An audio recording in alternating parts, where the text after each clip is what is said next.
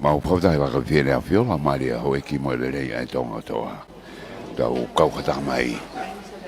Ki pea i popongini pe mo walwhitu poini mamo e live stream ko e Broadcom FM Broadcasting. I he programa ko ia ko e lotu whakatai mo e hufi o e whare whakakolo pe mo kliniki i pea. Aldama ki anatula i pea i he popongini. Kaua ke haia. I he kainga, hai nau whiwhia, mo nau tolai, au pito i veha pe o mai ki loto ki heni ko e holo ko ni. O tu be mo lai whakolo ko i au pea, nei whawhaikai e pea wiki mua. Hei ko o tolai e kau whaiparang lai o smehenia e Princess Kalani pe poki ki a Princessi lato peka. Kuna o si mea heni ko e haere ku me i tu utamai ki heni hea honi. Ko ta wanga wau lere ki rotu whare kutoa be.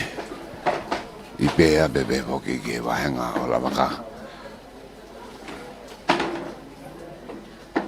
Ka ma modoro mo ka mai me he ngai. O te motu ko e tonga nipa modoro ko ia. Me muri.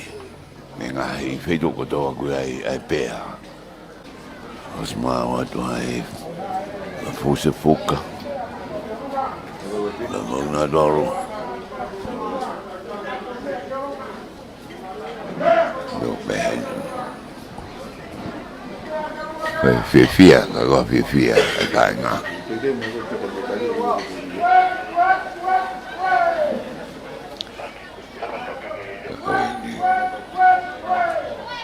O me mai bege fia kai nga.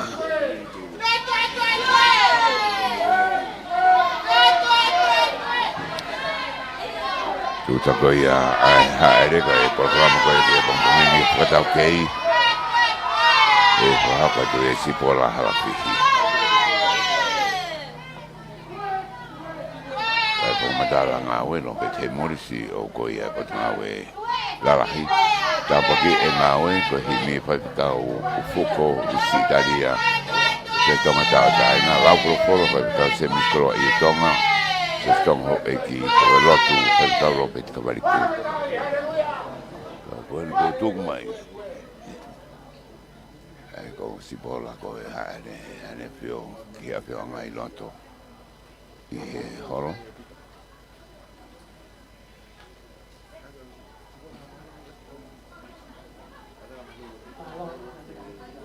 pila tuangi ki a sipola harapihi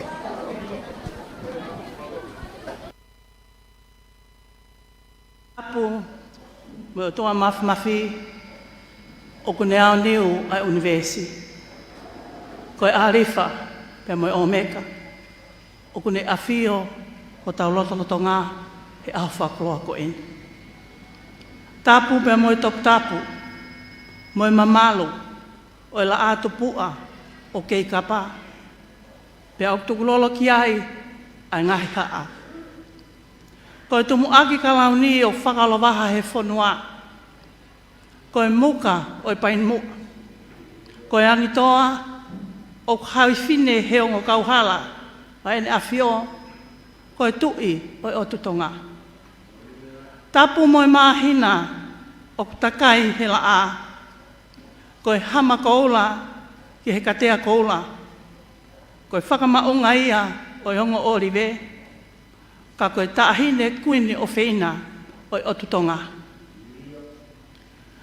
Tāpū pia mo soane patita kātinari mawhi. Mo haa whakalunga o tonga.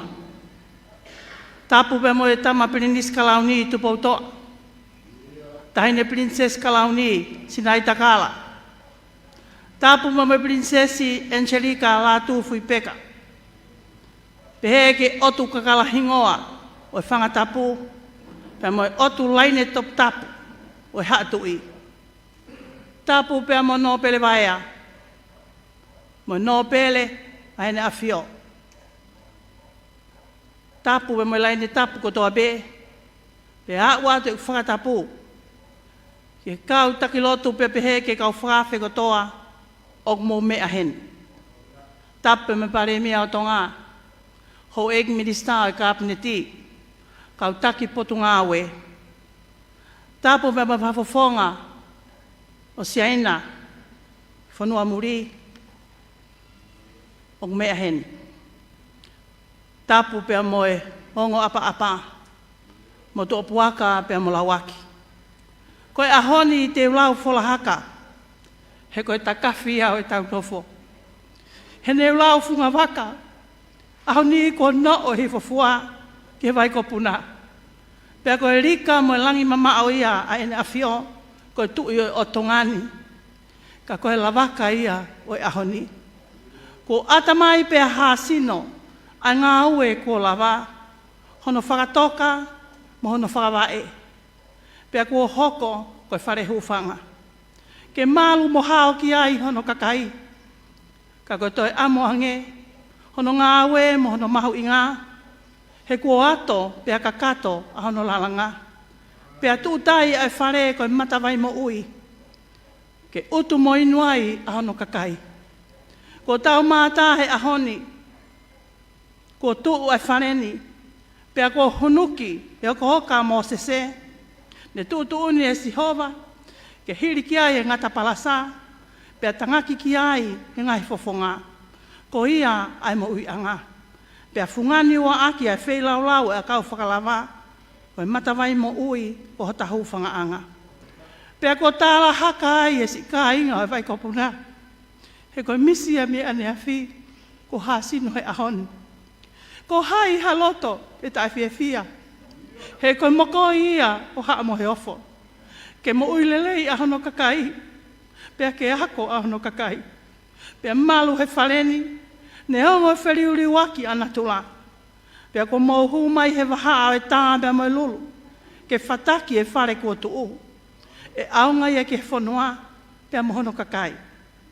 Haka he langi kua tau. He kua ato. Pea kakato. He koe mai moani.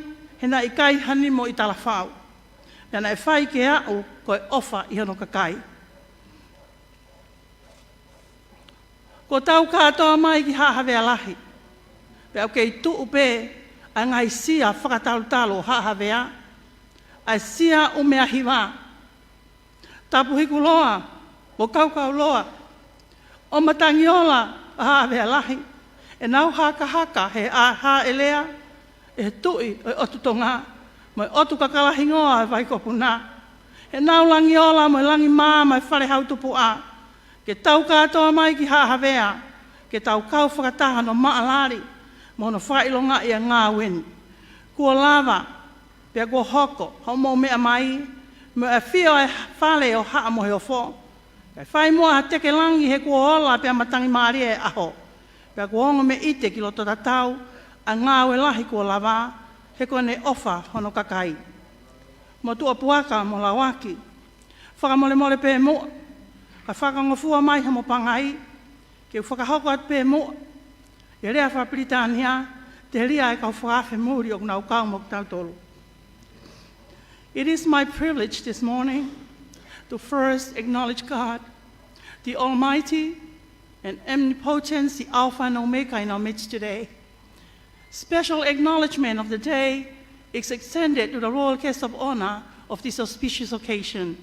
Your Majesty, King Tupoda VI, Queen Anaspao, Crown Prince Tupotoa, Crown Princess Tinaitakala, Princess Angelica Tufuipeka Halavalmataaho, and the Royal Household of Tonga, for your presence here today. Lord Vaya and the nobles of the realm. His Eminent Soane Patita Cardinal Pain Mafi, Prime Minister of Tonga, Minister of Education, and the Ministers of the Cabinet, Chief Executive Officers of the Government of Tonga, Members of Parliament, and a special acknowledgement of the day, our Ambassador to China, Shang Chinta, Liu Weimin, Da Shi Nin Hao, Fei Shen Rongxing, Huan Ying Min Ta Tao Hai, Ken Jie, Ninda Shi, Xi Hua, Bang Chu. Thank you for your presence here today. It is a pleasure to be availed of the immense privilege to deliver this welcome address at this prestigious and momentous occasion. On behalf of the people of Waikopuna, may I beg leave, first and foremost, to extend a jubilant and very convivial welcome to His Majesty, King Tupo VI, for gracing one of the most momentous events in the history of Waikopuna, albeit other royal commitments. This exquisite gracious gesture is a magnificent honor which we shall all remember and rear for years to come with heartfelt appreciation and deep humility. Your Majesty, with your auspicious presence here this morning, it awakens our memories. Your Majesty is the noble of our beloved village, and your unconditional love and care for our village is a testament to today's achievement. We also pause to remember that being a noble of this village, it is our invariable legacy and vision for our people to be educated and to be healthy. And our people will be the key to raising the standards of living, providing opportunities home and abroad, thus allowing us a chance to be on par with the rest of the country. With every passing year, the increasing number of graduates home and abroad accentuates the realization of your vision for your people. It is with heartfelt gratitude today that we feel blessed we are reaping the benefits of your vision.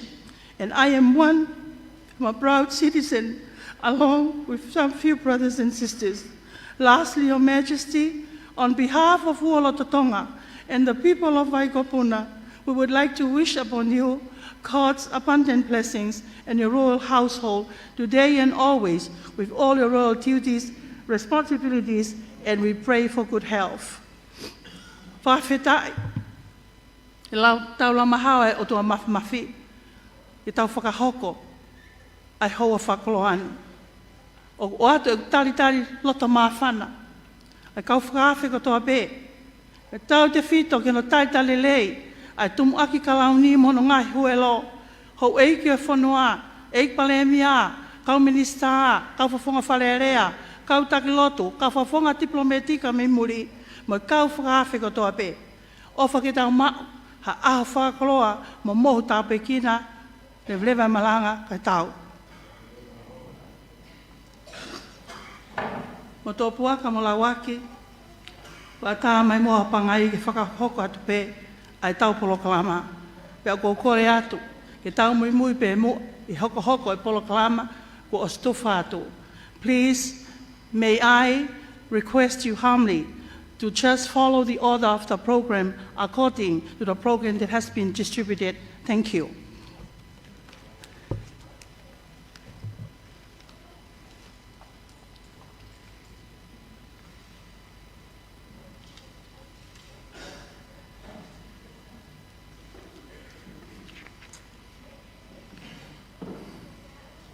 Tapu ki he awhi o toa mafi. Robeti he mori.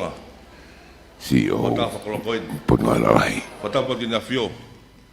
Tama tupo o noko hawa tonga. Whatapa ki tani ko ini. Kuina na spau. Tu waho ka maa na whare.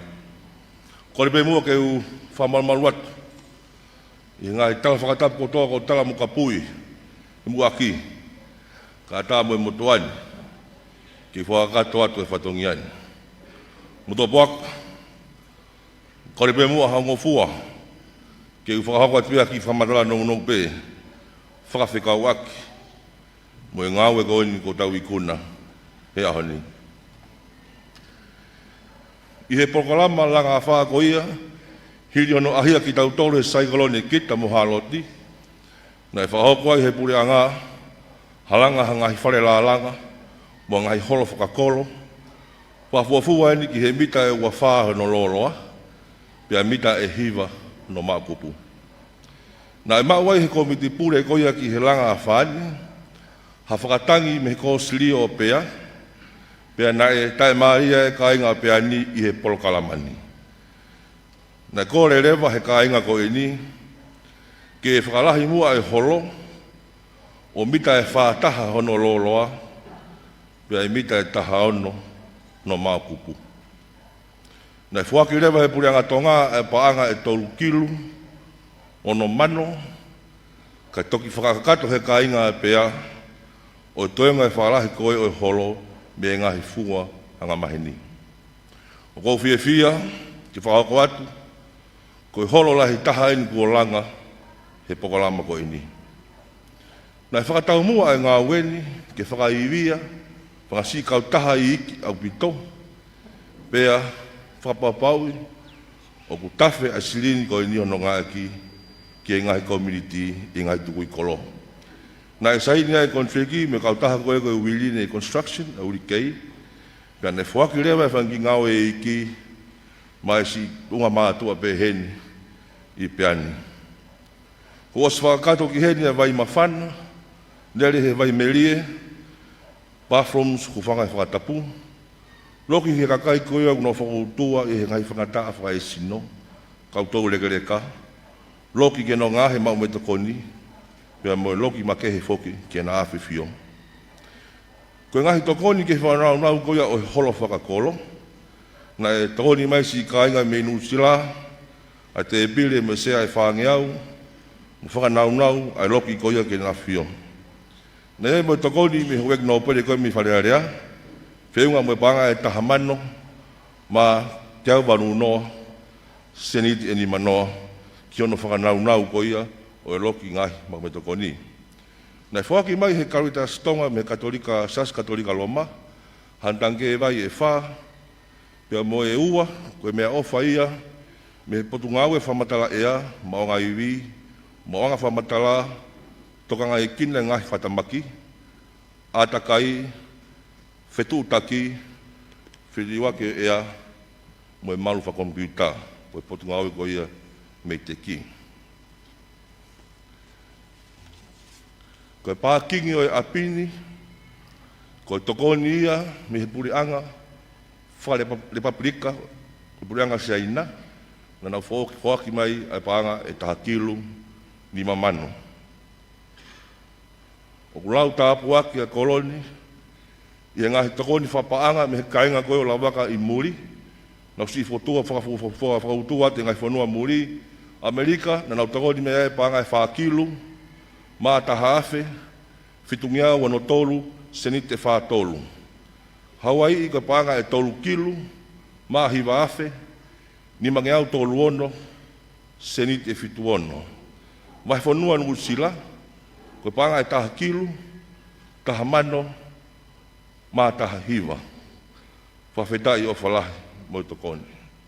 Ki he kilini ki, ka mokoi o whalelahi, pena I poupou kia e purianga, ki hoko atu hono whotu e kiliniki I pea, ke tokoni, ki a taimi, o ka toko lahi ai e whare mahaki mai ola, pe koa tō hato mahaki. Pe aku malawa lewa, ke wahe mai lewa e whatongia me mai ola ki heni, ko uhi o kuna wā ofi, ke whetokoni aki whakakau ngāwe.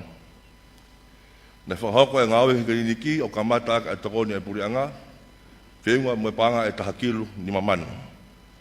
Na ia fok mo tokoni e kōskrio ke kamata ke ngāi koe ni, ka panga e taha kilu, ni mamano, uangeau taha walu, seniti taha taha. I he tau whapanga koe ni, wafe ua tolu wafe mawha, na e tokoni e purianga, o whakakato, alanga e kiliniki. Ake nau tuku mai e panga e tolu kilu, mawha afe, ni mangeau walu taha. Panga koe ni ne whakakato no ngā ake no langa e whare, pia whotu kia ngahi tange vai melie, o kwas whakato kia e loki talitali, loki makehe ke toke taa, loki talatala, loki no tonga kinde ngahi maki ke pipihi, loki he nifo, pia ko whakato kia e ngahi air condition, nele vai melie, mo e maonga vai talifaki. Na tutongu me whoke he purianga e paanga e whitu mano ni maafe, ki whatawaki e mea lele koe ni, ke tokoni ki si hoko whako whatongia si whini mātua ne si he kiliniki, ke whaak we whatongia ke taha koto I he wāhinga, Universal Health Coverage. O hange ko tau mua e ngā au e pungai mo ui, I hono tokanga e kina o e mo ui lere e kakai, pia mo hono tokanga kina whoki, ai mahaki koe o kai pipihi NCT. Koe whanau e kiliniki, na e wahei mai he purianga e panga ni mamano, taha awhe, ono ngeau wha tolu, I te taimita tau pē, e me ngahi nau koe ofa mai, o angeka ngahi mohenga, me ngahi nau kehe pē, ka whakakoloa ia mi whalelahi. Ko nau ke he tawhaak ko ia no tonga i kino e ni fo.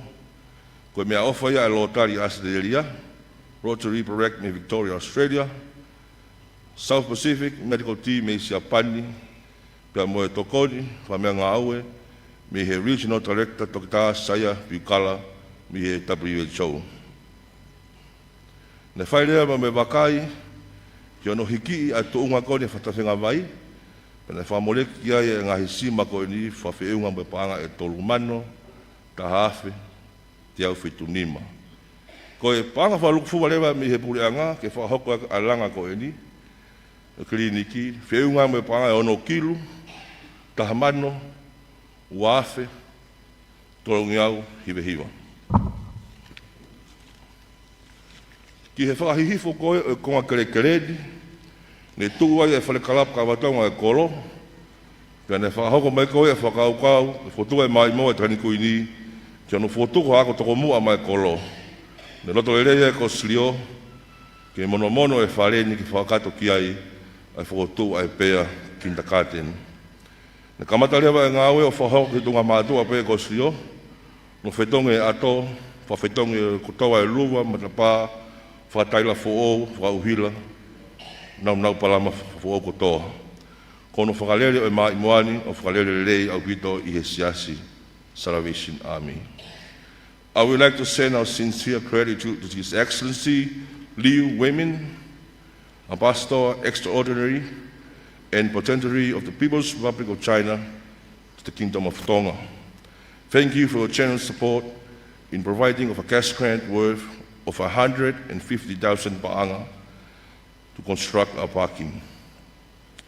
I would also like to acknowledge the financial support towards the dental equipment here in the clinic from the Rotary Press from Victoria, Australia, WHO, and the South Pacific Medical Team from Japan.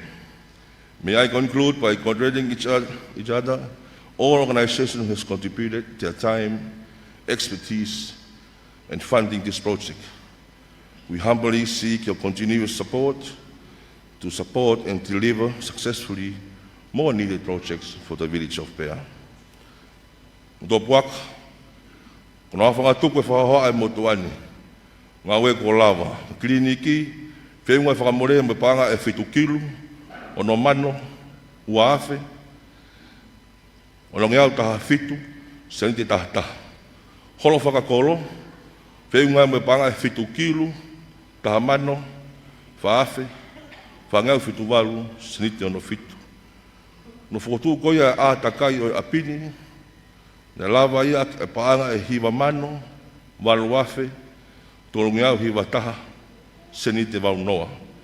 Koe pākingi po taonga mea lere no si mai, whenua me panga e taha kilu, hiwa mano, tolu wafe, uangeau taha wha, senite wha noa. Mono mono leo ne whahongo ki hako toko mua e pea kindakaten, wheunga ia mo e taha kilu, mā tolu wafe, te au whanima, senite ua wha. Whakatoa e whamole ke ngā weni, wheunga ia mo e taha miliona, walu kilu, whitu mano, taha afe, walu ngiau wha whitu, senite tolu ua. Kua whakato e ngā we, pea i kai hamu ua. Ko panga utohe a kaune ko slio, o wheunga me panga e hiwa mano, walu wafe, hiwa ngeau o noua, seniti e tolu taha. I ahoni e toi tānaki ki ai, ai ofa me he kainga o lawaka me inu usila, ko panga e tolu mano, taha afe, ono ngeau hiwa taha, seniti ono whaa.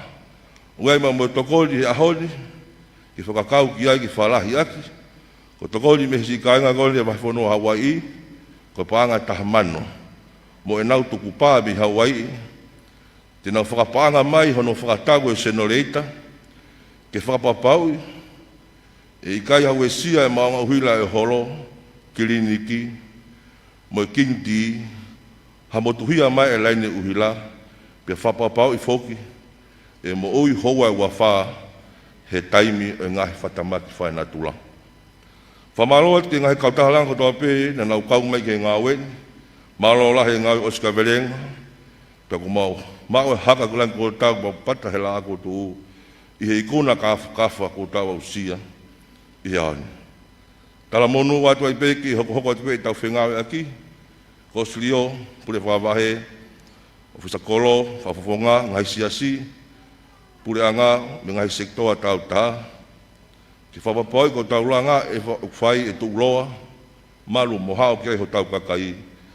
Mo whapapau e kageri e kina hata e whatongia o tau whahoko. Lewe lewa e malanga kau tau atu.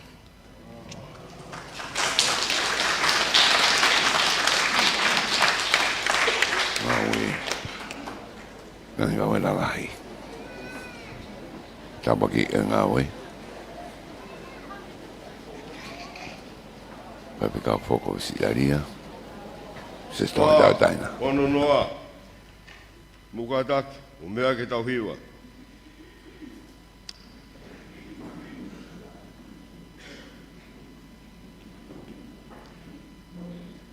Tau kau ke whakamalo ia, ai tamai alo lau malie.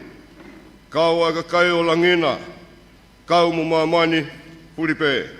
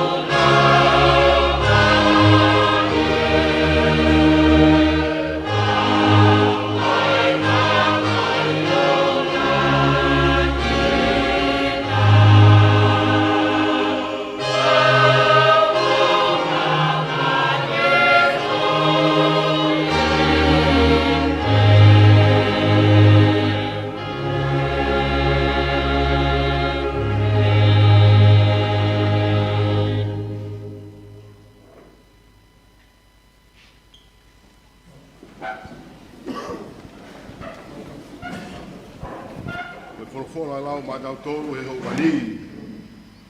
Koe teo e sāme. O toi aiat. Whorofora lau matau tōru he hau wani. Koe teo e sāme. Mou mawawa ki he o tuae ai ngahi whonua katoa pē. Tauhi asi hova aki ai fie fia. Hu ki hono ao mo kai kai la. E ke mou ilo mua ko si hova pē koe o tua. Koe ana ne ngahu ki taua, peko ki taua o kua ona. Io, koe kakaia ana, koe sipi o kune whawhanga. Mou hu hono ngahi matapā he whakawhetai. Hu hono ngahi loto a mohono hiwai. Io, mou sani pē ia. Whamalo ki hono huawha. He o kurerei asi hova. O kutai ngata ene alo ofa. Pea tu umau ene fuakawa. Ki he tau tangata mo e tau tangata. Amen.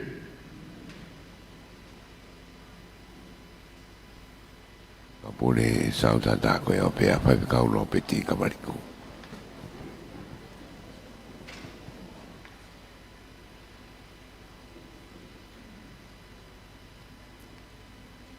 Tau unu ke o tua, he tau lot, whakatapui, ai mai mua ko lava, he tau lot. O tua maf, poto, pe a niu. Tui o e universi, hau pe o ngahi hau. E sihova, mea mai e mau puno. I ke tari e maulo tu o malo ia tupau. Tāpo ak mai, ai tahine koini. Pinis karau ni, ka mo e whare ha mo e off. Tāpo ak, mo tāpo ak, ka maa, whakawhianga ai, nau ha, whai e whakarangangi. Tāpuak, vaia, ka maa hau eik, no pere ane a whio. Pare mia, ka mai kau minista, hoi kabineti. Kau whakafofonga. Me ngā he pureanga, kau ai ai pureanga, o siaina, o unau toko ni e whonua. Tā boaki mai, a si ngā he kupu whekau aki kotoa be. O mau kau whakata i e whiohianga mahu ingani, ko e kātoanga atu pou mohono kakai. Tama ko lava ka, pe mohono ka inga. Tala noa e wholofola, whaka ki mou tolu pe, e a whiona kau maho kau ako, e aho nia. Koe aho nia. Fia kāinga. O ni wākai. Heku kei tasilo. Bea merie. Ai vaiko puna. Whakawheta. Koe owhai ai a whiona. Mau whanongo pe i he. Whakamatala ngāu e mahu i ngani. Seuke. Kāne i kai kaumai ai a whiona. Iau pehe mau fie whakataha pe moe sāme. Oi ahoni. E whakamanatu ke teki mau tolu. Ko mau o tua ai a whiona. Ko ki mau tolu ko o mea. Ko e sipi o kuke whawhanga. Pea kuhaya hea honi. Tā koe tauhilele i. Aho a whio. Koe ngā uene hange ku tātā toka po lau taimi. Ka ku maoni ai punake. O ku tuai pe ai ngā ue. Koe ai pe ke furelei. Pea whakawheta. Mai moa. Ko whakailonga he aha koeni. Ko hoko ai a pini, ke iai ai moui, ke iai pia mo e ako, pe iai mo a whare hufanga, ke hufanga ki ai ai kai ngā moha tahape, iha taimi o whakatamaki whakaina tula. Seuke, whakaofo he koe mai moa, alawaka. Koe maulo tu, mo iat, ai mai moani. Fata ofa e a whiona. I ke whai mai a hono malu i.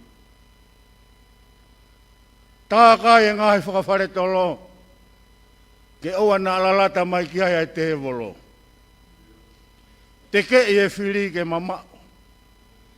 Kai tuku ke hoko e a pini, o mao e tau mua. Nai whai gai ai rika, whare lahi. Mahono kai ngani. Egi umau whakamoni atu. Kei mooni pe. Koe ni wakai. Ne whai pe. He tahine koe ni. Pea whai. Talango fua e ofisa. Pea mohono kai ngā. Pea vela loto kai ngā me muri. Oe honi. Mau whakamalo. Momo iatu ai ngā weni. Ke whai tau pe kina mai me langina. Whakamore ai a whiona. Tuku pe ki hene a whio. Ke ne toki whakakat. Ai huafa pa moe kloa e katoa ngā. Ka koe maulo tu. Ai ke fuoloa. Ange moha ngāhi tau. Tau whetuku hakoloa. Tauhi. Tauhi ho mau hau. E Sihova. E Sihova. Mea mai e mau punoun. ke tari e maulotu, o malu ia i pia tupo, o taingata, pia taingata, koe maulotu ia, fai be huafa hao aloko sisu kalaisi, ka koe ia mau wha mo ui. Amen.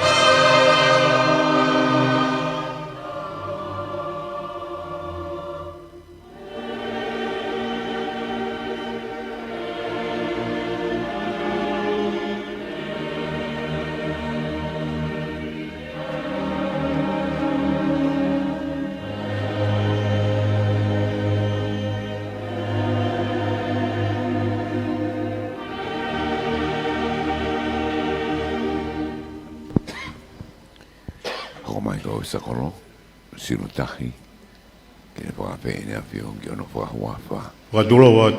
mo hu fi pa pa kolo Ka ko to fa tulo wat. Do braka. Ko le be mua ke u fa mal mal wa tu pe I fa tap. Ko osio no fai he mua ki. Kai tuku mai be mua fai nga maali mo mtoa tua koeni ke whakahoko ato ai whatongia koeni. Mo toa puaka koe ngā weni na e whakahoko na e takimua pe e tahine kuini I he ngā we koeni. Pea koe whakawheta ia mo e whakamaro e ah koe.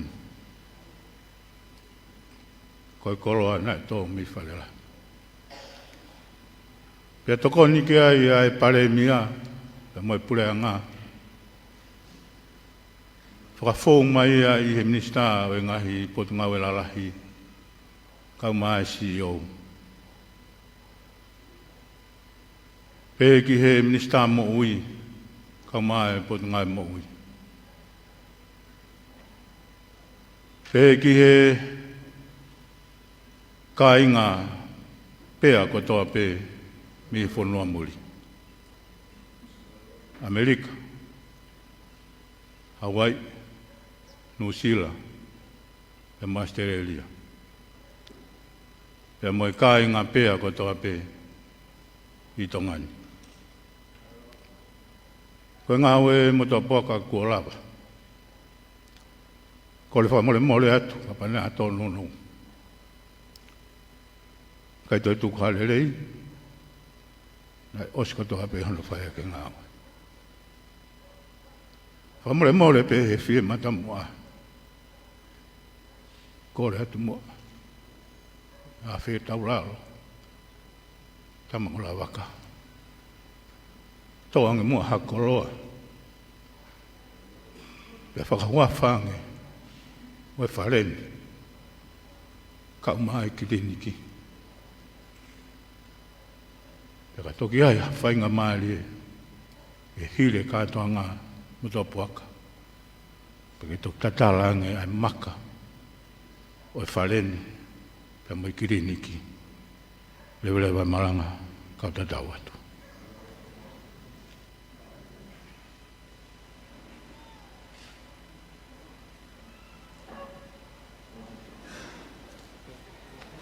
Sirotahi.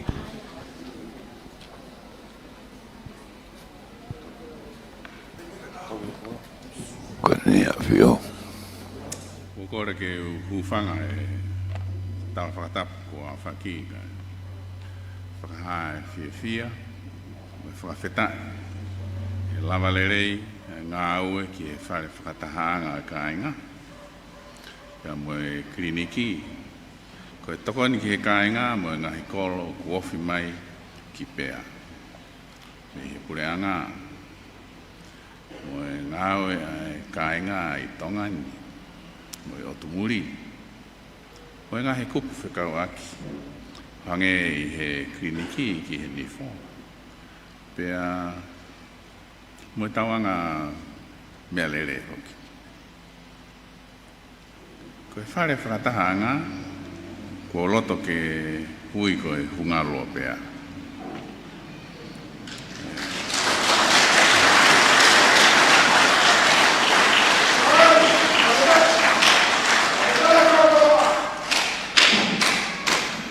Ko e uhinga e hungaro pea, ko huma e ngahi ngaro e au, me he ngahi keri e kolotau. O whetau laki tuu, he ngahi tawhe, ki whangauta, me he maikopuna. Nei keri e kolotau ko pea, o pae e ngahi matawai. O nau whetawhe aki ai, i he hua mo e mamaha e tahi. Ko e kliniki na e kamata peia e Shaswe Siriana pea. Pea na ia i pea no hingoa ko e Samaritane le rei. Ko whiawhia ke ngā e kipe he kliniki e hingoa koe ni. Pea mo e whakaamu ke hoko ai hako tupu o pea ko e tō tupu o ku ofa. O tokoni e taimi o whaingata o ku whaito ai ka whakasino pe loto pea o ku ngāue ke lava fuaki i e taimi e fus mo e omo mo e ango ango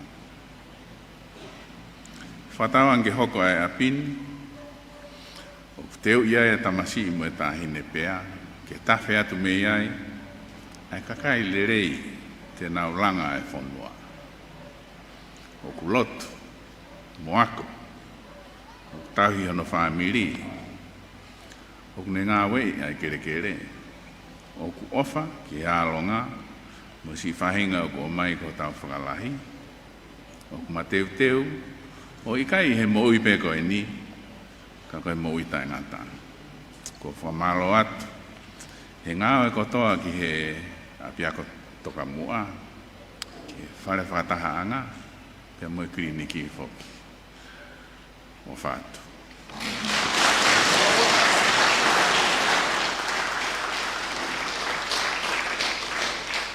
Ka koe nea ki o. Whawhita e Maukoloa. Thank you for the keynote address for the day and formally commissioning the Community Hall and Health Clinic, Your Majesty.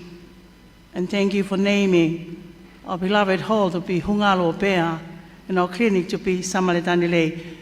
Ladies and gentlemen, we put our hands together for the name of the hall.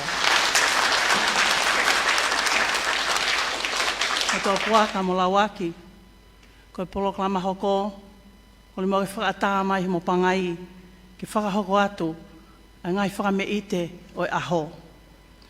Ko rak whakameite, ko tau olonga ia. Ki tahine princess, ko na nas pau, Eliana tu aho, ko o whaanga, o pere o whaanga e vai kopuna. Pea to koko atu, ai ngahi kauhala e whā o koloni. Pe lolotonga e tau taritari ki whakameite, te uat pe mua whangi pui pui tua, ki ngahi kauhala e whā o koloni. O kuiai e kauhala e whā, ko kauhala whika uruaki, ko kauhala ia matapā ko nakau. Pea taki me ai a se kolopeni una. Ko matapā hono wā, ko whoi mo nia, ko lano mata ia, ko taki me ai. Pea moe matapā puna ki langi, ko lano kulokula ia, ko polokai a hono tolu, pea ko taki me ai a paula luatangi. Ko matapā hono whā e aho ni ko lano koula ia, o taki me ai a ke rep tau e langi me whamakapuna o ahio. Ko tau whaiwai me tau whame i te, o hai a taha e tae whiawhia, a tau a osia ai aho whakoloani. Pea koe ngahi whamili, koe ngahi koe matapā e ploka ulua ki matapā ko nakau, o mei mei i ngai whamili o ngafulutupu. Koe matapā hono wā mono, poloka ko ia, i mei e whamiri e tolu ngafuru maua. Koe poloka hono tolu e puna ki langi, mei mei e whamiri pe o ngafuru tupu. Koe poloka hono whaa tau wuki maananga, mei mei e whamiri e ono ngafuru tupu. Koe anga ia ai tuu ai koloni. Koe matapā hono ulua ki, matapā ko nakau ai poloka ulua ki, o koe ngahi matapā tupu ai koloni. Pea kui pe ia, ko matapā o nakau. E foi mo ni a we matapā ko na kita ai. Pea ko matapā ko vai lea ma puna ki langi, i he poloka whika tolu.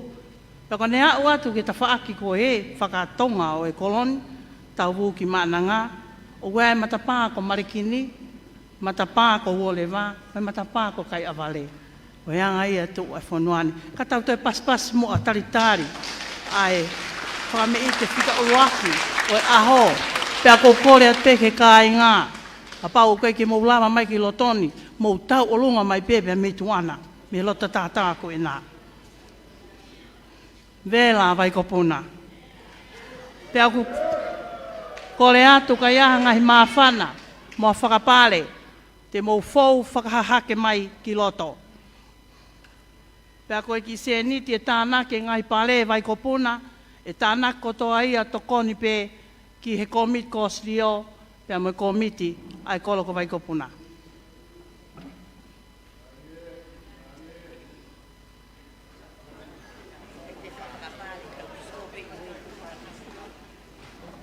Tata le rei mihi walpetu poni mape pe ki he Lanswingu e Broadcom me vemu, tau kauwhana mai.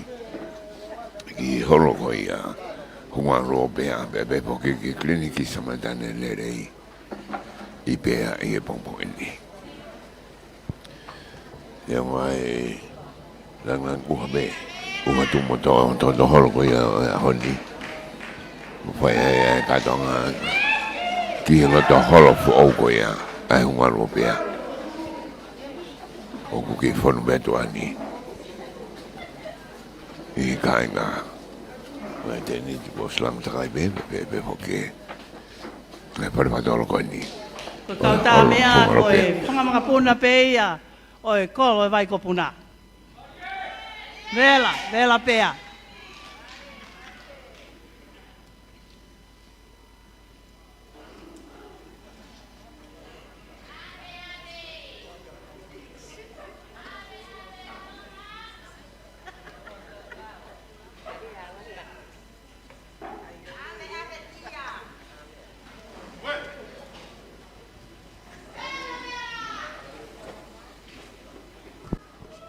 Mau e kau lang tua i olonga.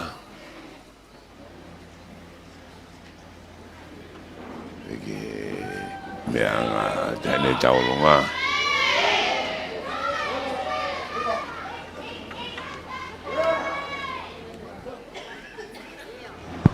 be ni kamata ko dai ni tao long ai ni la princesina las pau Eliana Tuaho.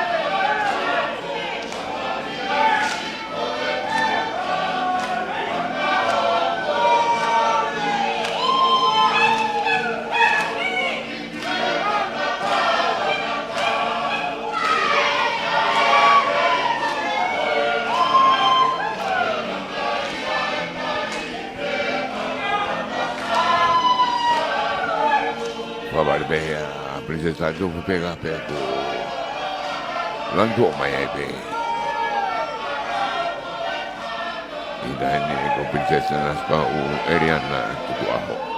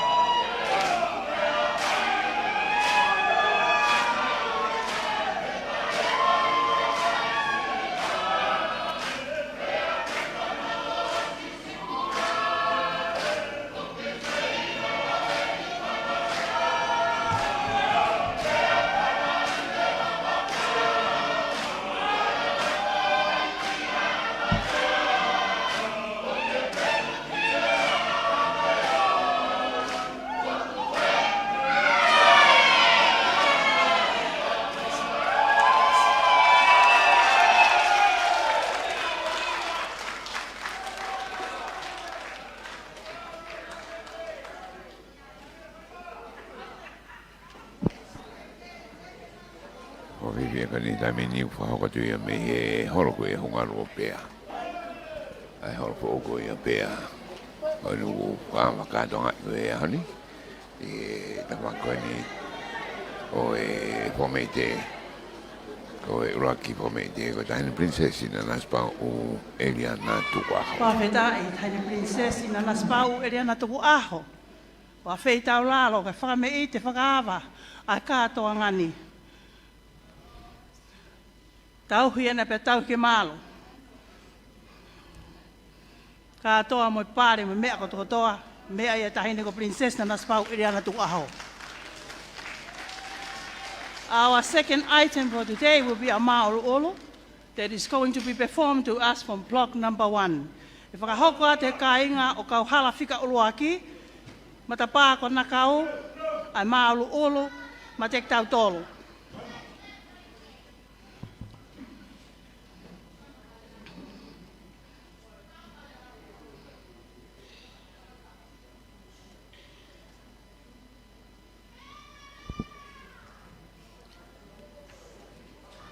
Ko taki foki o e matapā ko nakau, ko sekolo peni vuna. Ko kore ati matapā ko nakau, ko hiri peni mo mau mai lewa pa teu teu mai, pea mo i poloka whika wā, e mo mau mai peke hoko e tau poloka lama, te ria e tau taimi.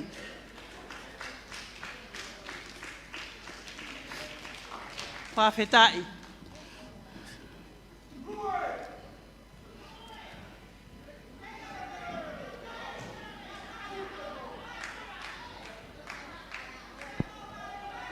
Mauro again.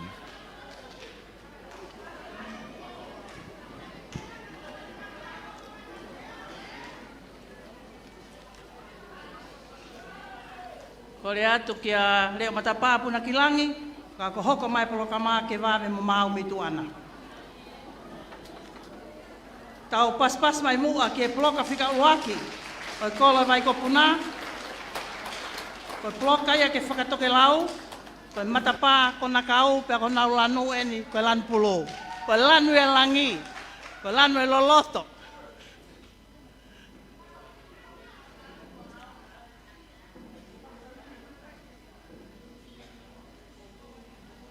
Whawawave mai pē, ai ploka whika uruaki. Koe whahai whakatoke lau ia oi koloni. Kau katoa. Mari mari. Ai kolo. Ne tamai kiki. O anu ki tamai lala. Ai whanau me university o pēa, ai alonga o nau kau mo nau tole ploka koe ni.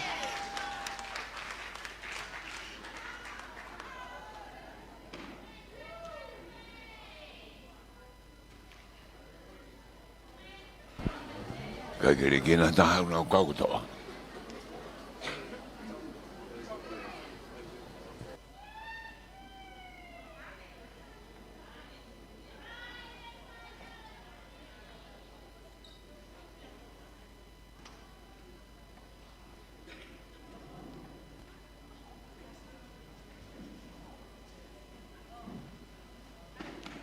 Oku i he poloka koe ni ai whanau mo whangamakapuna manu he kina. Tau moi pēno. Pehe ki a muri kupu. Mo whangamakapuna ko toa. Wainga tō mua. Whangamakapuna. Whangamakapuna aho ka wā. Unau i he poloka koe ni.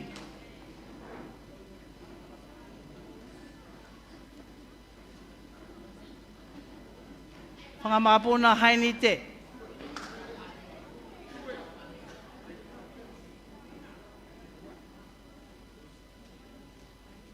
Ke whamabo pe.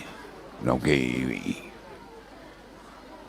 Wa pe ngai ngā pe mamo nau horo fo ou hea ngai whetu uhua ke whetu kani ke Stacey. O ki heni mo e whangamakapuna mafmata apure. I he poloka koe ni. Tēnā ku tōrahi o e whamadana po kei. Toi ka kai koe a pe haka whamiri o ta haua me whetu koe ni. Pehe kia seuri. Ka koe nu nau kei kakaka pe ka ronga.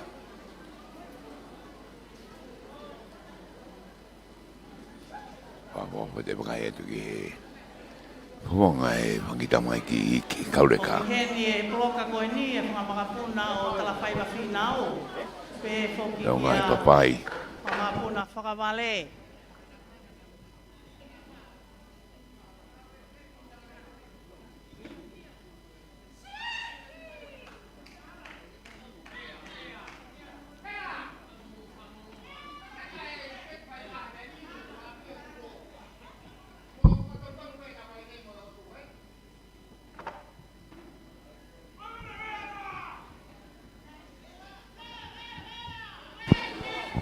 Nau ki i tuai bega e hana whanga e tamatana wha. I nare wa base station, step ko e kaka ki oronga. Nau step ko toa meho, step e tolu. Mea mata wha koe e whare. Mati wa koe whare koe ni ono wharahi.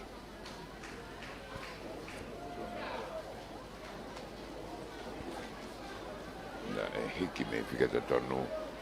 E mita hewa, mita tahau no whara koe whare. E koe whara he koe ni uno hoi mai koe e he maruru. Nau tola he, biti koe hao koe e Stacy. O stepu mehi ta whanga peta haki ta whanga kori se ta katoa a mua koe. Koe koe stepu ma kehe.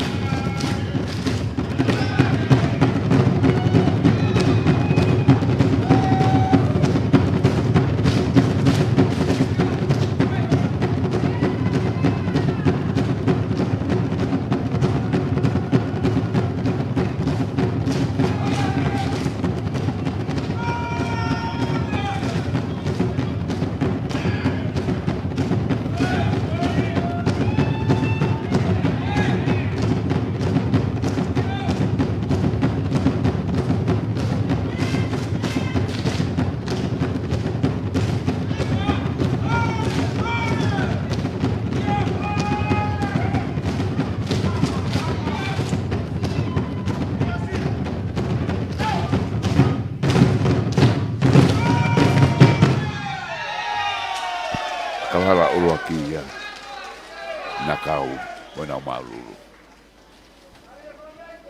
O mapona tani me he horo fo o koe o pea ai hungaru o pea.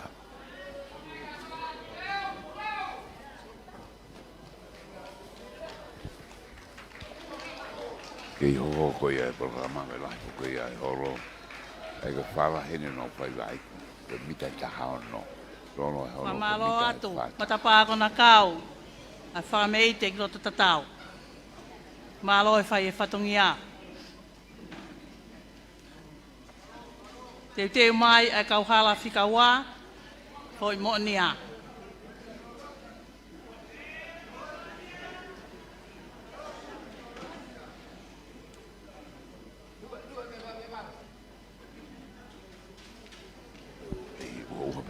Ai ta mini ma be ngai teni ti ma no be ta tol ko to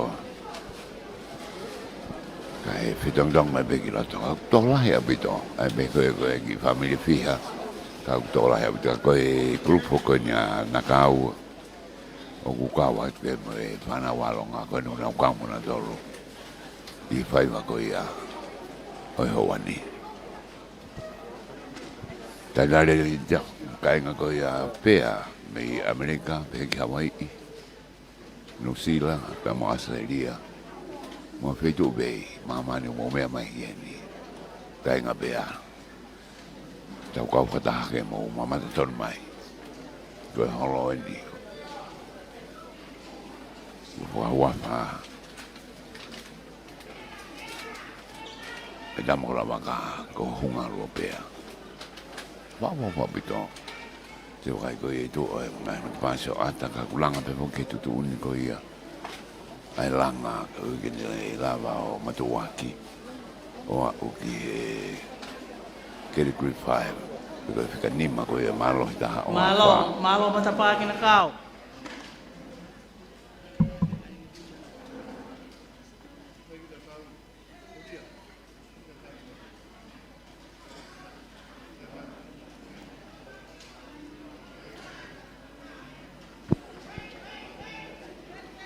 Ngai fo matanga o vene nai me si o ko ia ko mau e la hai lo pe te mori Malo apito. ko na ngai holo ko na langa i to ni mi ta wa fa Nge na klave ke mi ta nai. hiwa Poloka whika ua eni, o koko hoko pe me he toke lau o mau. Whanonga i pe ke whakatonga i koloni. Poloka whika ua eni, ko nau lanu, ko lanu mata. Pea, ko ploka e no ki ai ai. Kai e whanuani. Ma moko puna ma ki ola. Pea ta he ka mauinga.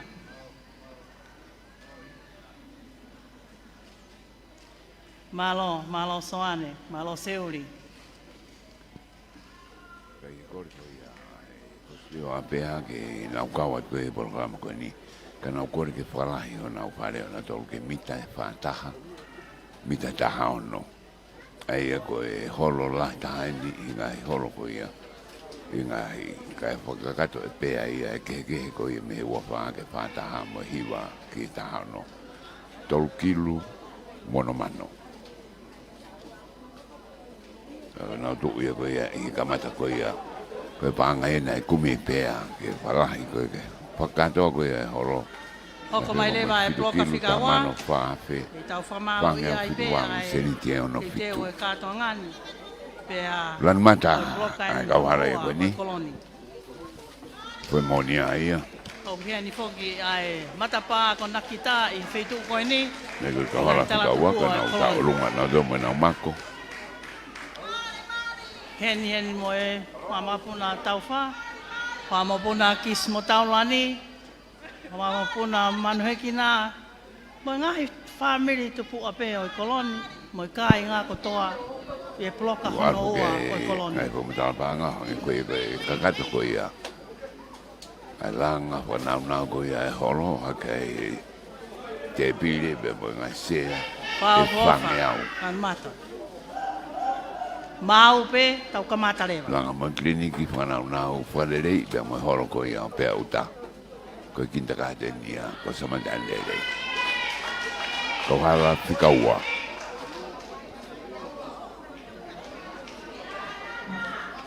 Tarunga tola ya bidon makuna wakatolu. Wakatolu tarunga koni.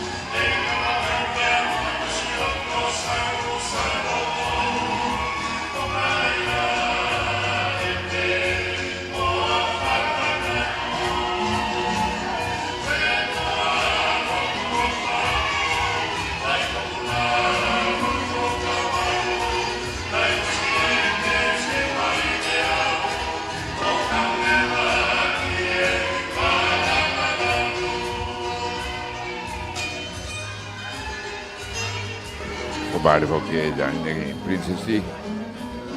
Lalu beka bebe hoki. Dia prinsesi dengan sepatu.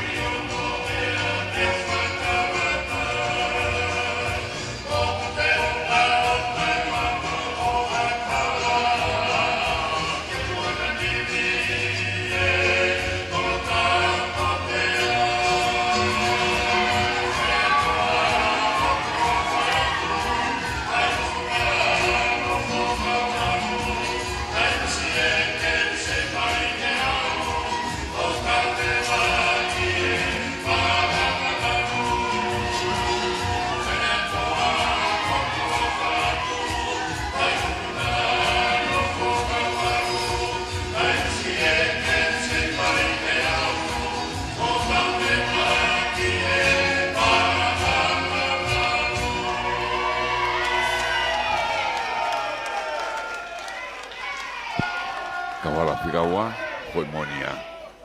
Moena uta olunga tola. Toi no mako. No toa puaka mo la waki, o ku konga ua e whaiva ai kauhala ko e ni, e whakaosi atu aki ai mako.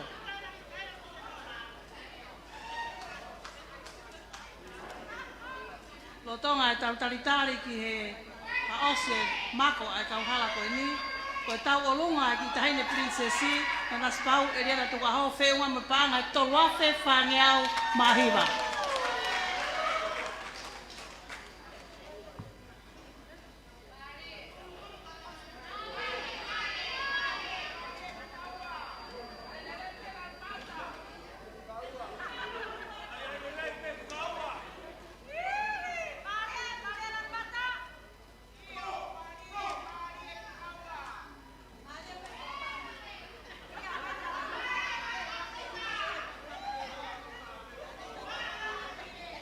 Mako e grupo fica wā.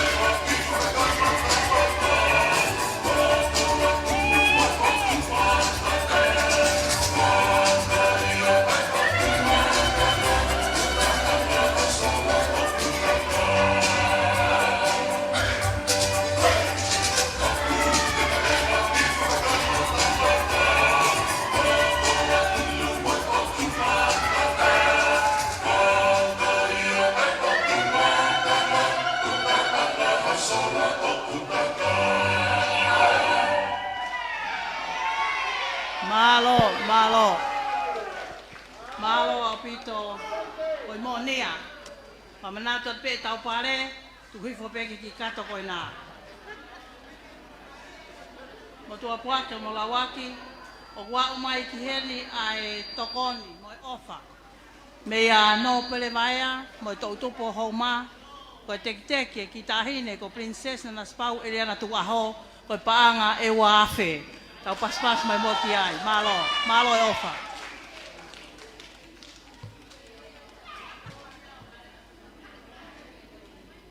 Kau hala whika wā, koe monia, koe nā wei tau ronga mai mako. Wa me i te hoko, koe mauru ulu e whakahoko atu hoi ako toko mua, ai vai ko puna. Our next item will be a mauru ulu, performed to us by our early childhood students from our kindergarten e vai ko puna. Tau paspas mai mua, hoi whaafe, ki he item hono tolu e aho ni. Kapu ke whare ako ko ia ki he kindergarten ko ni vai ko puna i he programa ko ia mahanga tolo te ko ia i he ahoni ai ko e whare kalapu ko i ki Oku moa whakafua ki he toko tolu futup.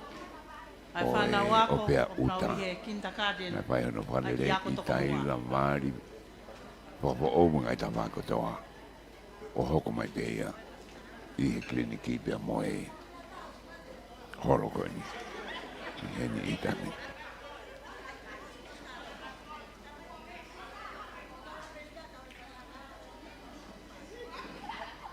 Pea kange ke te au o nau te unga sa antelo. Papo pedi de bagati ke Pea lanu foki Pakita ai mai Oxford tau Blue, kiti. pea mo Cambridge Blue. Pea lanu ia vai kopona. ve me kau tau ki mai pa e na o kawa ke bobo ke kau de ka e ke na maululu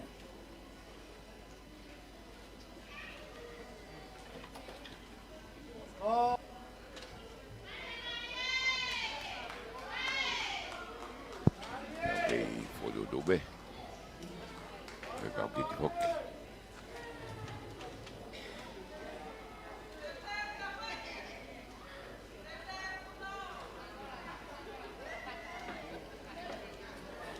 kau de ka to ko fulu na kwa we ni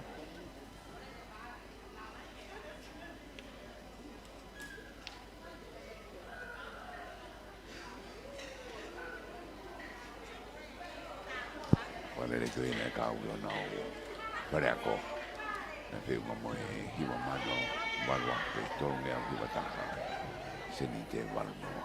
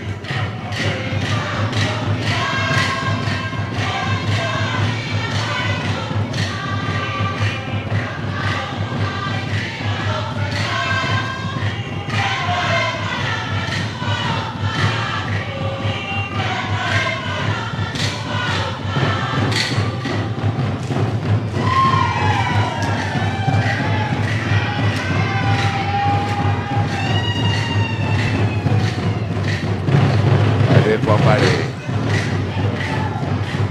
Dale, quando vuoi fare per come io stesso la paura.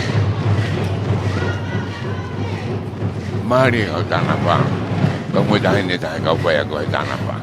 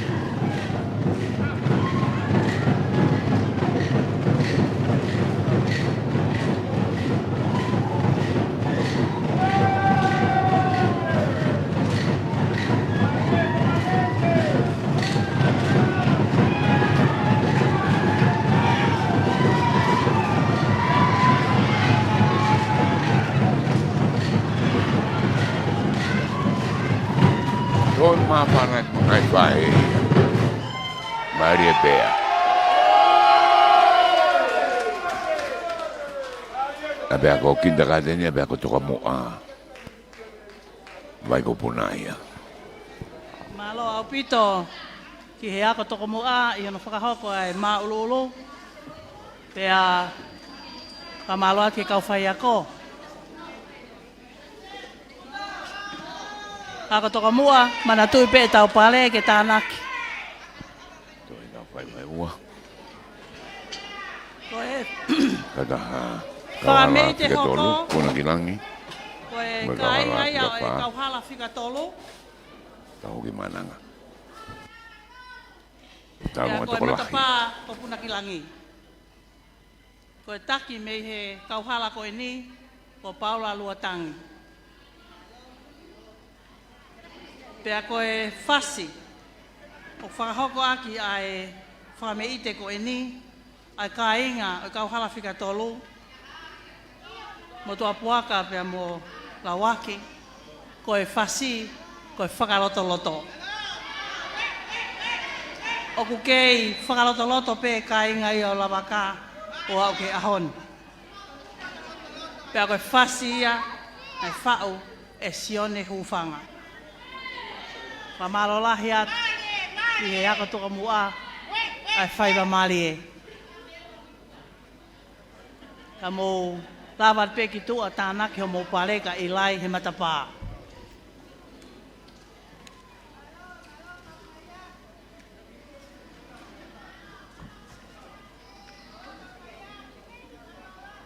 I he kauhala ko e ni, o kiai peha no ngahi matapā tupu. Ai au whahingoa pe ki ai ai poloka ko e ni. Matapā ko puna ki langi. Ia pehe ke matapā ko vai lea. E viai pe ngai whameri. E wanga fulutupu e feitu uni. Pea ku taki pe mea e whangamakapuna o Luatangi. Pea alu hifo ai ki he whangamakapuna o Tupou pe Moleti. Pehe ke whangamakapuna o Siwa. E lau te unu mai ki loto mai ki whangamakapuna o Tari. Papehe ki a ele pe a mo wike. Ko e hau pe ia, me tawha aki whakahake, e wheitu ap māmonga, takatakai atu ai ki whakamakapuna o pāongo, e tau toki onu hakarewa ke whakatonga, ko e poloka whika whā ia, ko e tau wū ki maananga. Mo tau puaka malawaki u ate whakamālo, papehe ki he hou e ke whanua, te ke kau whakaafe, ho mō kei mea mai, e whakalanglangi i, a kātoanga, ai koloni. Kore atu ki he poloka whika tolu, mō ho mai lewa kai whai e tau olunga, tau tau olunga toko lahi o whahoko koe ni. Our next item will be from block number 3 of this village, and it's going to be a mixed dance. Their color is red.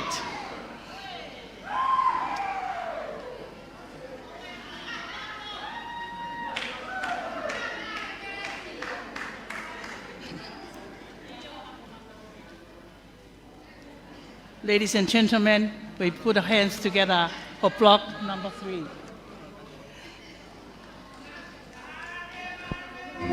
Tono be kau taurunga ko ni.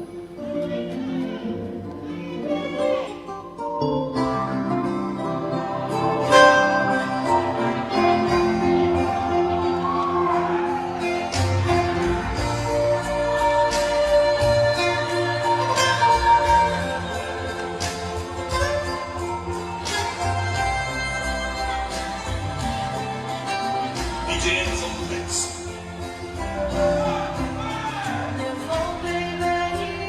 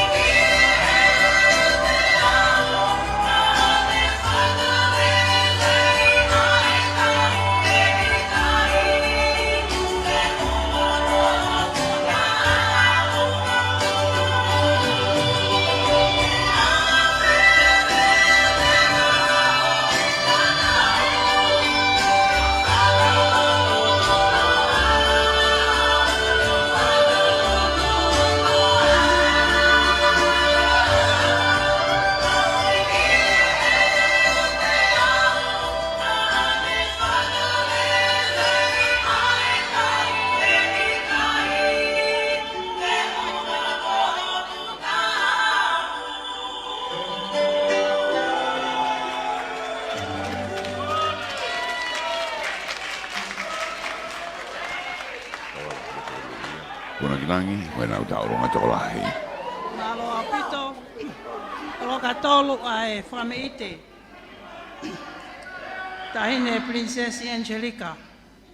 Koe loto e ia hukainga. Nā moe wawa.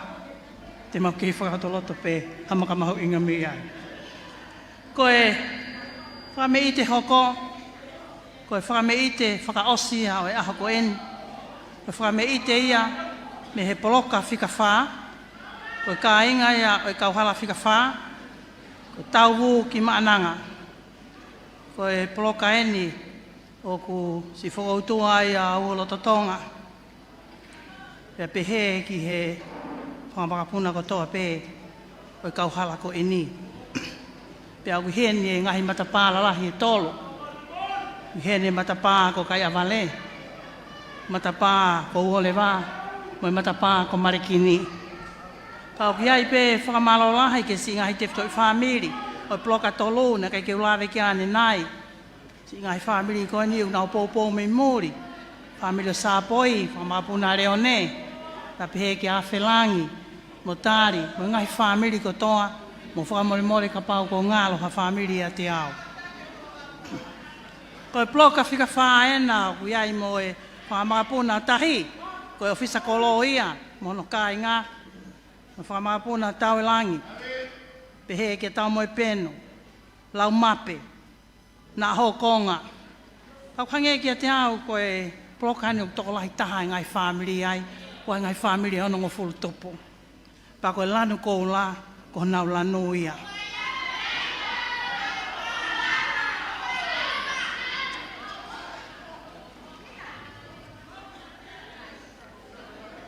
Hene mo ngai whamaupuna o tō kawa. Pehe ki a sa te klātu mo kai ngā. Pehe ki whakamapuna tatafu. Pehe ki whakamapuna whiota ngā. La kai. Whakamapuna ki te au. Mo ka tak pe ka inga. Ka pau ko ngalo hangahi tu unga whare. E whakahauka te whitui.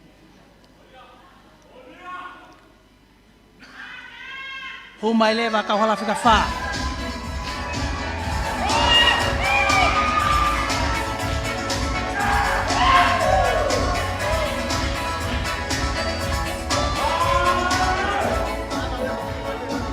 Ko raha nau lanu, ko e te whai watu i whio.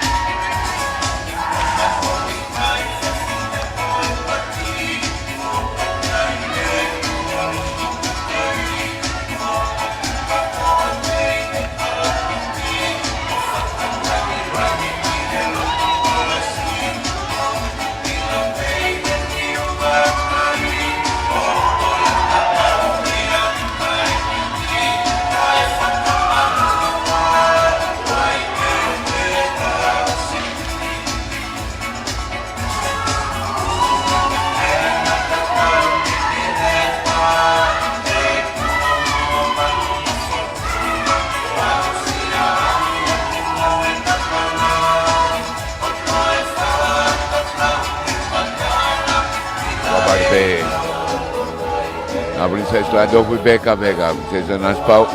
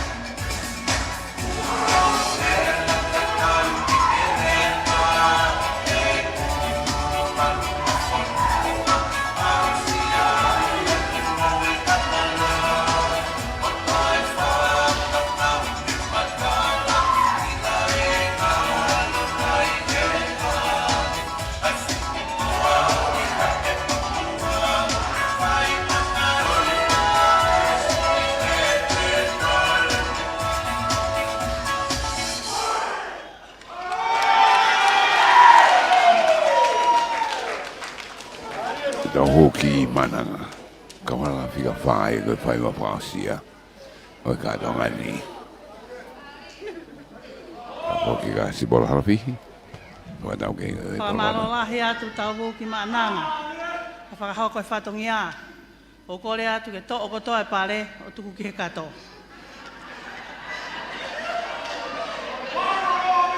O ki ai pē ki ririu I he polokama I ho mō mea ki ai.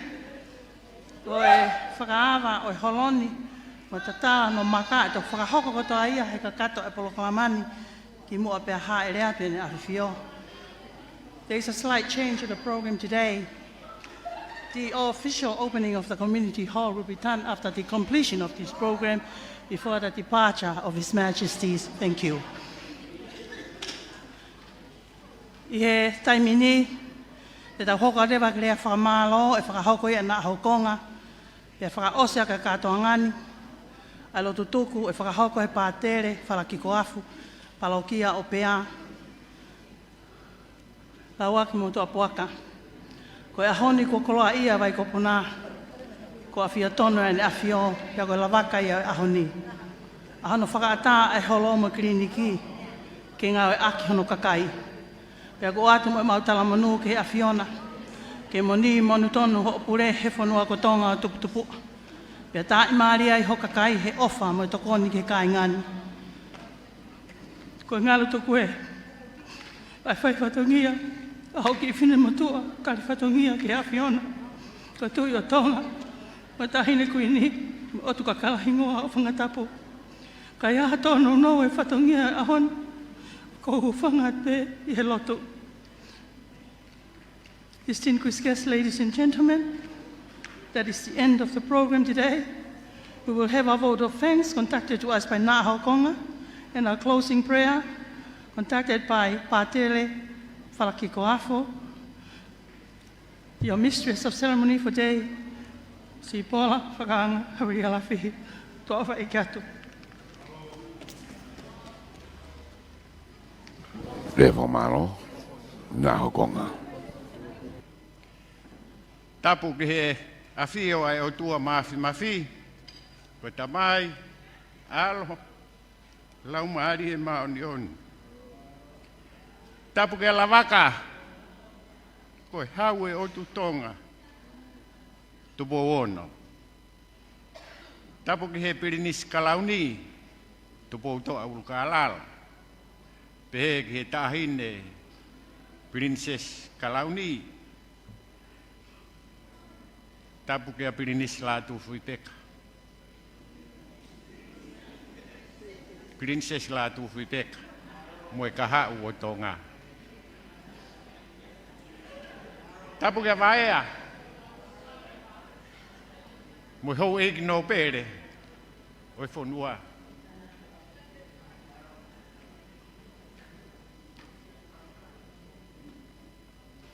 Tapu ki he kau whai se kau. Ai tama ko lava ka. O una utokanga e kina. Mo ui whakalau maari e. Pea ko ukore ke uhu whanga atu mua. E whakatapu kakato. O e lotu. Pea mo e whonua. Kai ataki he motuani. Ke whakahoko atu. Ai whatongi ani. Moto o puaka, lawe I he motuan, ko e whatongi ani, o ku eike whekau. Ka o ku tua, ai motua tala whekau. Whatongi e motuan ni ke whaiha whakamalo. Ko e whakamalo, ko e whatongi a to tonu pe ia ke whai. Ko e whakamalo ia, o e ngā aue, kua lava. Whakamalo ke tu I e langi, he ne tataki mai ai whanonga, o a usia e ahoni. Whakamalo ke tupo wono, koe tu I o tonga, tahine kui ni na naspau tukua, mo e whare o haa mohe o fō. He whakalao lao e taimi, ka e kau atue, whatongi ani, ai hungalu o pea mo samale tane le rei. Neongo e ne tu mo whaila ai whatongia he lotu pure anga pea mo e whonua. Ka au ku kau e hungalu o pea pea mo e samale tane le rei he lau. Whakawheta. Koe ki hala whanonga nou o e ngā aweni whakamore pē mo toa puaka. Koe wawhe mani ma na e whakakoloa ai e pirinisi ulu ka alala, lavaka ata, ai ka ingani, aki e kere koe ni. Pea na iai mo e kawe i koula, whakaloto whare pē, ke mui ai ka ingani. O au, ki he ahoni. Koe mau fia. Koe ngahi kawe i koula, alawaka,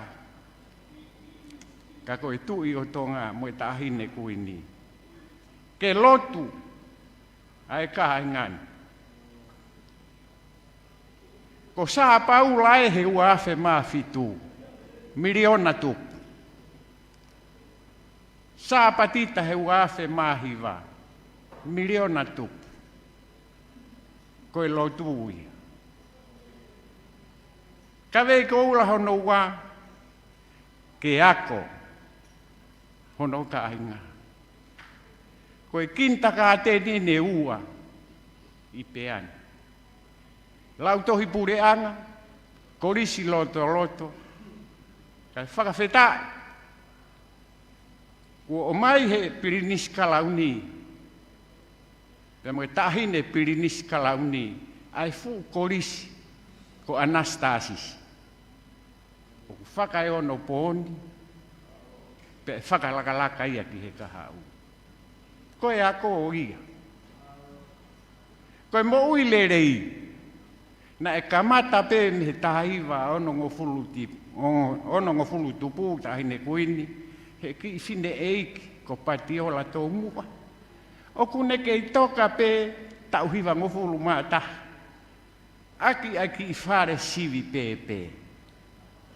Whai mai whanonga, pia whakotu, ai klinik samare tane le rei i he kere. Pia koe ahoni, ko mau hiki hake o senta mo ui, kai kei whina ngalo pia tupou, ke samare tane le rei. Koe kawe koula hono wha, ke mau nofo merino, mo nofo feofo o whani. O kuhanga he lotu, moe ako, o whakatahataha ki mautolu, ki he kaweinga, o e nofo merino, mo e feofo o whani. Koe ahoni i he malae o e ako, kua au e kāinga o lawaka ki he tumu, o e ako whakaata mai. Pea o kui ai, mo e kau mui ake. Koe wha, kawe i koula whakaloto whare ia. Na e o mai, mo e hala whanonga ke whauai e kāingani. Pea koe mooni, koe sipinga eni, ki he hoko atu, ai kāinga. Ke mau nofo feofo o whani, ke mau lotu, ke mau ako, pea ke mau mo uile rei. Koe whinangalo ia o tupou, ko hahe ahoni. Ko kore whakamore, whakawhonga pasemata, tau ni silavi. Pehe, ke tau moe penu, e mau kore whakamore, nā kuo tōnou nou e fua whatongia, ai mātu ani, i he kātoa ngani. Koe mooni, koe ngā weni, koe whangu maringi, mi wharelaha. Pea oku kai ai pe manu vai he whangota ai lulu tai. Whakamore atu. Atu e mautala monu. Lawaka, koe tui e o tutonga. Tupo uono.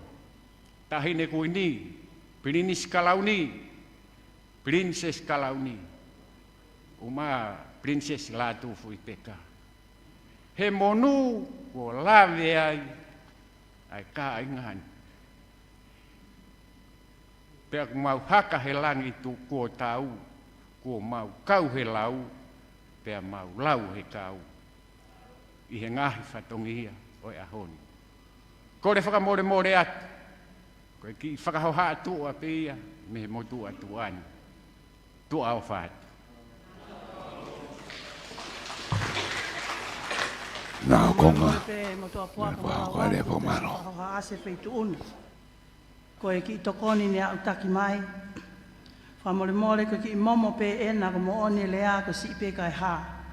Koe tokoni pe ke kolo eiki me korisi Anastasisi me he pure hako mo mea tolu panga ni mangeau. Aspas me mua ki ai. Koe tokoni whaka osi me a whatai nuhiva funak lavaka me whanau me whamakapuna. Ko tokoni mai pe ki he kolo, ko paanga tahawhi, malo au pito.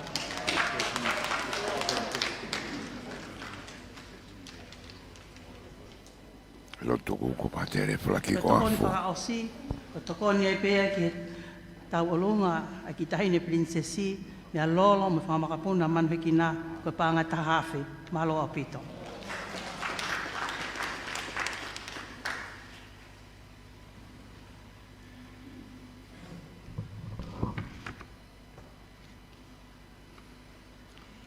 Tau lotu, ngua whape tamai mai alo, me lau maari e maani o ni. Koe o toa ia, o tahape, o tawhi me ai, ngahi tāpua ki whape, whaina sea ia tu pou pa mohou eiki. Kai o maa whoki, ai ka kai kei nā ngau e whanua. Ko ia i ke tau hanga haki, ko rea tāpua ki a tua mafi, mō ki tau toloni, pa ki tau tutuku at pēpea mo ia. Pea ke hifo mai, ai tāpua ki ai o tua koe tamai, mo e o whalahi ai o tua koe alo, ke nofo ia, mō ki tau tolu, me whiohi pa mo e lau maari e maoni o ni. O whai pe o lau i kuonga, pea tae ngata, pea men. Alo.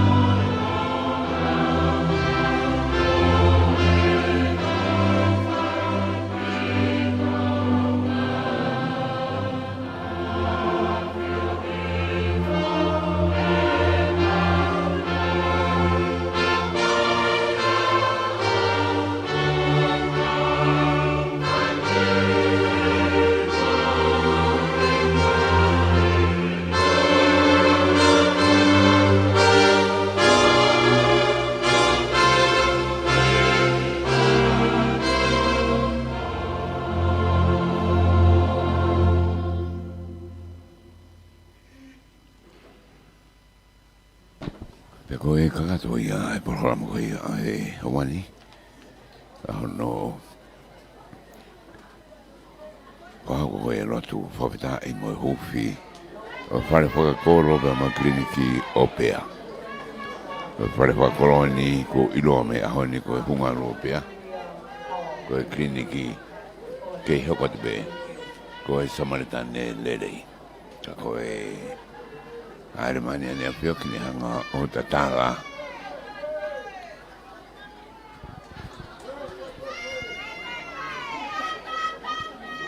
Ko e mani te tane ma ki e taha.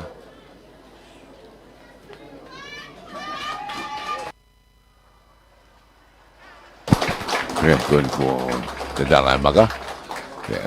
Hunga roa pea. Yo no whawa e king tu po ono.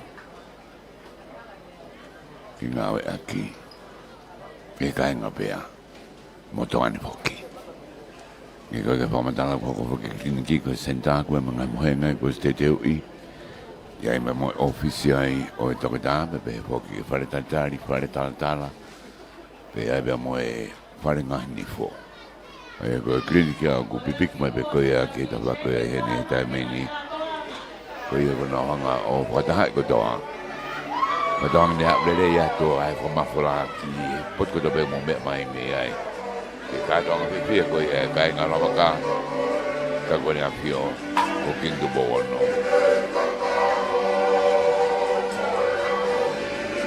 Ke we ri waka e ha re me heni. Ke I to u Atai mi. Ko e kasi e cere ka to pe peka. Prinis Kalani. Ke boto al kala. Princess Kalani snaita kala. Ke bebo ke ka fafe kuna ulama mai heni. Fukatawa be. Na ya o to ai como folo ko ya o ya honi. Kau pega tunget ko ya nei pea website ya aribati kisina mesa ke famo kioa. Tapi fuera de butu fua. Kau sa Slovaka. Momea.